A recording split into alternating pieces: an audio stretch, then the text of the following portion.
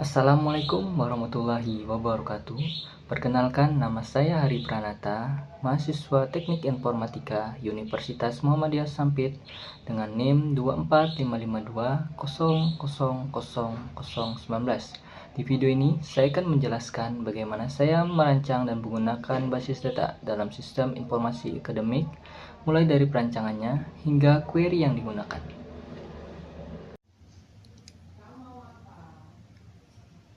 Pertama, saya mulai dari perancangan basis data. Di tahap ini, saya menentukan data apa saja yang dibutuhkan dan bagaimana data tersebut saling terhubung. Ada 4 entitas utama, yaitu ada mahasiswa. Data mahasiswa menyimpan data identitas mahasiswa.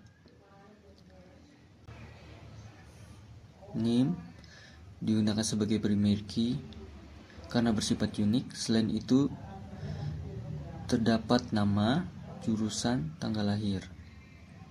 Yang kedua, dosen.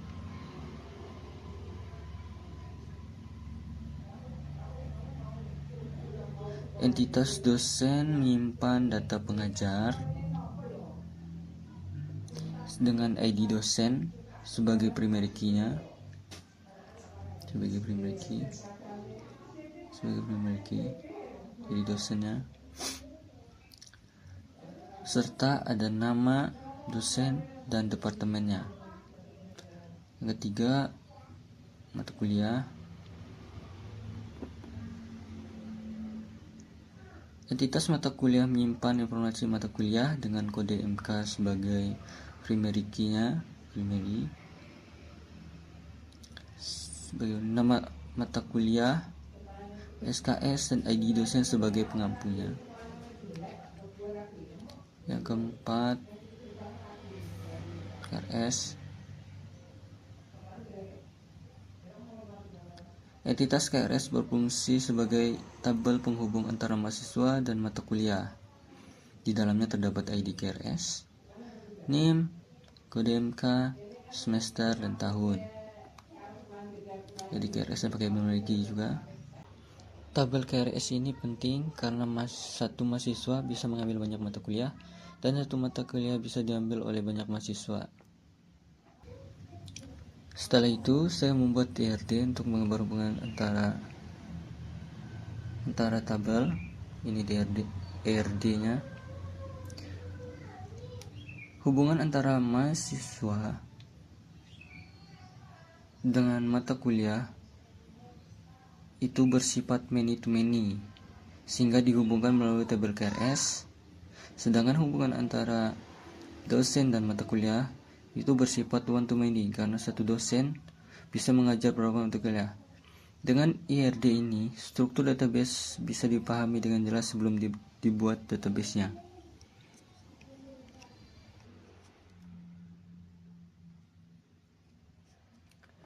Selanjutnya, database diimplementasikan ke dalam MySQL. Saya membuat tabel sesuai dengan IRD, lalu memasukkan data mahasiswa, dosen, mata kuliah, dan KRS. Sini dia, saya sudah membuatnya. Ada insert into KRS, ada KRS name, kode MK, semester, tahun. Ini hasilnya. Yang kedua, masukkan ke insert into mata kuliah, ada kode MK, nama MK, SKS dosen. Ini hasilnya. Ada insert into dosen, di dosen, nama dosen, departemen. Ini hasilnya. Kenapa ini kosong? Karena ini tabel dosen ini menggunakan auto increment, makanya dikosongkan saja karena nanti akan terbuat otomatis seperti ini. 456 sesuai abjad, sesuai urutan. Setelah itu insert into mahasiswa, name, nama, jurusan, tanggal lahir. Ini sudah saya masukkan. Ini hasilnya. Tahap ini dilakukan untuk memastikan bahwa semua relasi sudah dirancang bisa berjalan dengan baik saat digunakan.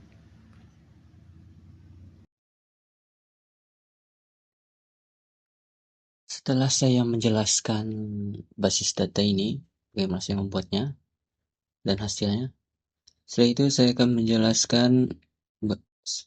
menjelaskan hasil dari menulis query untuk sistem. Ini dia. Kasus pertama untuk query ini adalah menampilkan data mahasiswa beserta mata kuliah yang diambilnya. Ini dia.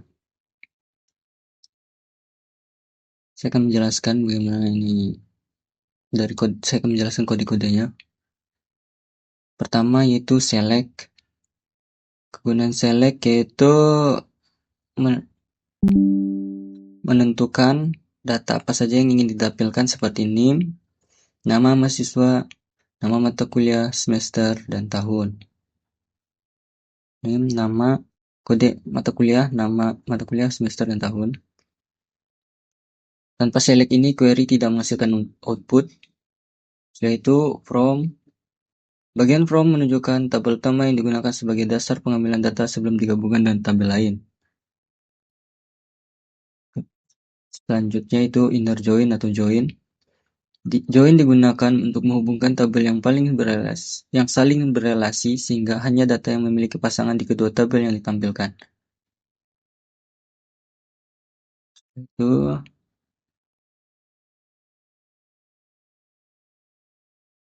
on ini digunakan untuk menentukan kolom mana yang menjadi penghubung antara dua tabel, biasanya antara primary key dan foreign key. Ini hasilnya.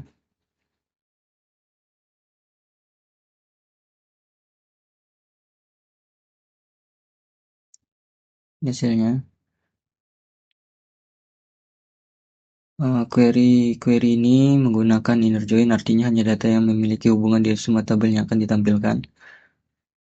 Dengan hasil yang ditampilkan ini, name, nama, kode mata kuliah, nama mata kuliah, semester, dan tahun. Setiap baris ini menunjukkan satu mahasiswa mengambil satu mata kuliah pada semester dan tahun. Yang kedua itu menampilkan jumlah mahasiswa yang mengambil setiap mata kuliah. Seperti saya jelaskan, select itu untuk menentukan data apa saja yang ingin ditampilkan, kode MK, nama MK, from, menunjukkan tabel utama yang digunakan sebagai dasar pengambilan data sebelum digabungkan dengan tabel lain. Untuk count ini digunakan untuk menghitung jumlah mahasiswa yang mengambil setiap mata kuliah berdasarkan data.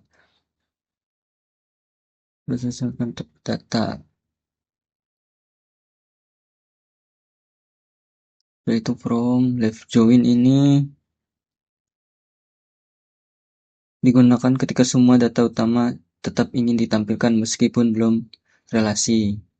Group by digunakan agar data yang sama dikelompokkan sehingga bisa dilakukan perhitungan per kelompok. Ini hasilnya. Query dari nomor 2 ini menggunakan left join agar semua mata kuliah ditampilkan meskipun belum diambil oleh mahasiswa. Yang dihasilkannya itu kode MK, nama MK, jumlah mahasiswa. Ini dia. Setelah itu untuk query yang ketiga ini soalnya itu ini disuruh menampilkan daftar mata kuliah yang diajarkan oleh dosen. Ini dia. Seperti yang saya jelaskan, select itu untuk apa? Itu untuk menentukan data apa saja yang ingin ditampilkan, ID dosen, nama dosen, kode mata kuliah, nama mata kuliah. From seperti yang saya jelaskan tadi, menunjukkan tabel utamanya sebagai dasar pengambilan data. Join untuk menggabungkan tabel yang ingin berrelasi. Order by ini untuk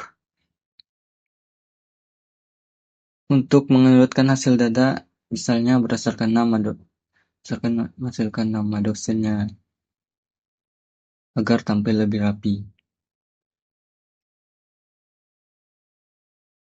Query ini menggunakan inner join juga untuk menampilkan dosen yang benar-benar mengajar mata kuliah, lalu diurutkan berdasarkan nama dosen.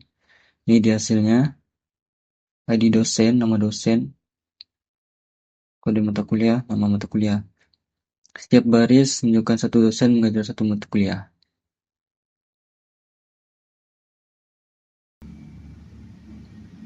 Kesimpulannya, perbedaan mode query dan hasil yang ditampilkan disesuaikan dengan tujuan masing-masing query, baik untuk menampilkan detail data maupun melakukan perhitungan dan analisis.